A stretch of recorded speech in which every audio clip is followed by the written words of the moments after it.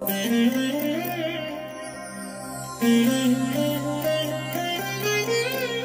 దినం పరము నుండి దిగివచ్చు మాట. ఇది నీ జీవితానికి వెలుగుల బాట. నీ ఒడిలో ఉంచబడిన దీవెనల మూట, అద్భుతాల ఆనంద ఊట. జూన్ 13 సంవత్సరమంతా మీరు బైబిల్ చదివి ముగించడానికి ఈరోజు మీరు చదవలసిన లేఖన భాగము యెజ్రా గ్రంథం 6, 7, 8 అధ్యాయములు. సాయంత్రం యోహాను సువార్త 21వ అధ్యాయం. ప్రభునందు నాకు అత్యంత ప్రియమైన దేవుని బిడ్డలారా, ఈ ఉదయకాల సమయంలో పరలోకం నుండి దేవుని యొక్క అద్భుతమైన సన్నిధి మీ పైకి దిగివచ్చునుగాక. దేవుడు తన ప్రజలను ఎన్నడూ విడనాడువాడు కాదు. ఆయన వారికి మేలు చేయువాడుగా ఉన్నాడు. ఆ మాటకొస్తే, ఈ మాటలు వింటున్న నీ జీవితంలో దేవుడు ఒక అద్భుతమైన ప్రణాళిక కలిగి నీకు మేలు చేయడానికి ఆయన ఎంతో ఇష్టపడుచున్నాడు. ఆయన అన్నాడు, నేను ద్రాక్షావల్లిని, మీరు తీగలు.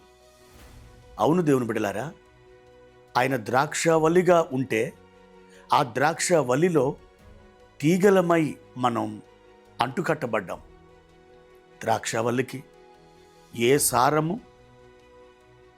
ఏ లక్షణము ఉంటుందో ఈ తీగకు కూడా అదే సారము, అదే లక్షణము, అదే జీవము ఉంటుంది. ప్రియ దేవుని బిడ్డలారా, ఆయన ఎన్నడూ విడిచిపెట్టువాడు కాదు. ఒకవేళ తీగ ద్రాక్షవల్లిలో నుండి వేరు చేయబడితే అది ఎండిపోయి అగ్నిలో కాల్చబడుటకే పనికొస్తుంది తప్ప మరి దేనికిని పనికిరాదు. ప్రియ దేవుని బిడ్డ, అలాగూ దేవుడు నిన్ను ఎన్నడూనూ చేయడు. ఎందుకంటే నీకోసం ఆయన ప్రాణం పెట్టాడు, నీకోసం ఆయన రక్తం గార్చాడు. కాబట్టి నిన్ను ఆ విధంగా ద్రాక్షవల్లిలో నుండి, అనగా తనలో నుండి నిన్ను ఎన్నడూ వేరు చేయడు. దేవుని వాక్యం ఈ ఉదయకాల సమయంలో ఈ రీతిగా మన యొద్దకు వస్తుంది. యెషయా గ్రంథం 62వ అధ్యాయము 4వ వచనం. విడువబడిన దానవని ఇక మీదట నీవనబడవు.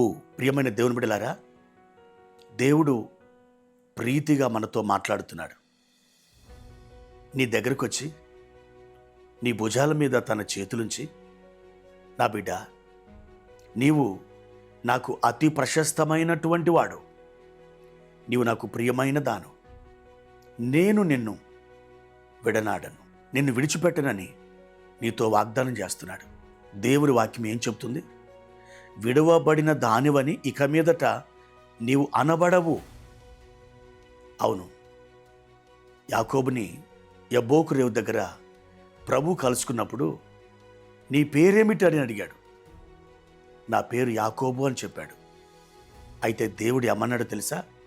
ఇక మీదట నీ పేరు యాకోబు అనబడదు, ఇక మీదట నీ పేరు ఇశ్రాయేలే గాని యాకోబు అనబడదు అని చెప్పాడు.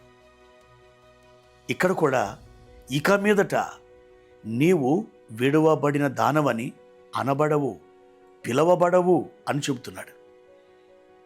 నా ప్రియ సహోదరుడా, సహోదరి, ధైర్యం తెచ్చుకో, ఉత్సాహం కలిగి ఉండు, నిరీక్షణ కలిగి ఉండు.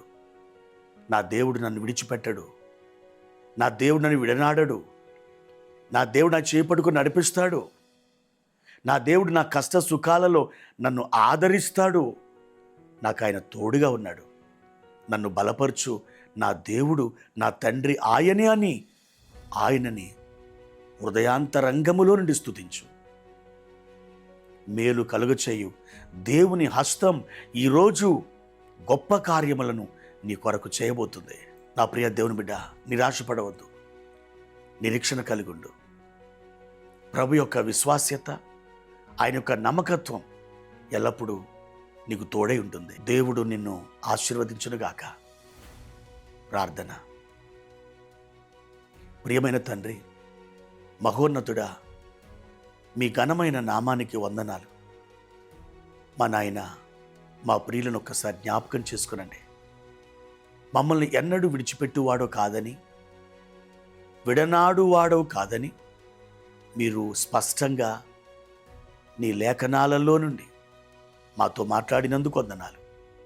మా తండ్రి, మా ప్రియులను ధైర్యపరచండి, ఉత్సాహముతో నింపండి. ఈ దినమున వారి కొరకు గొప్ప కార్యములను జరిగించండి. ఘనత, మహిమ, ప్రభావాలు మీకు మాత్రమే చెల్లించుకుంటూ యేసు నామములో అడుగుచున్నాను తండ్రి. ఆమేన్.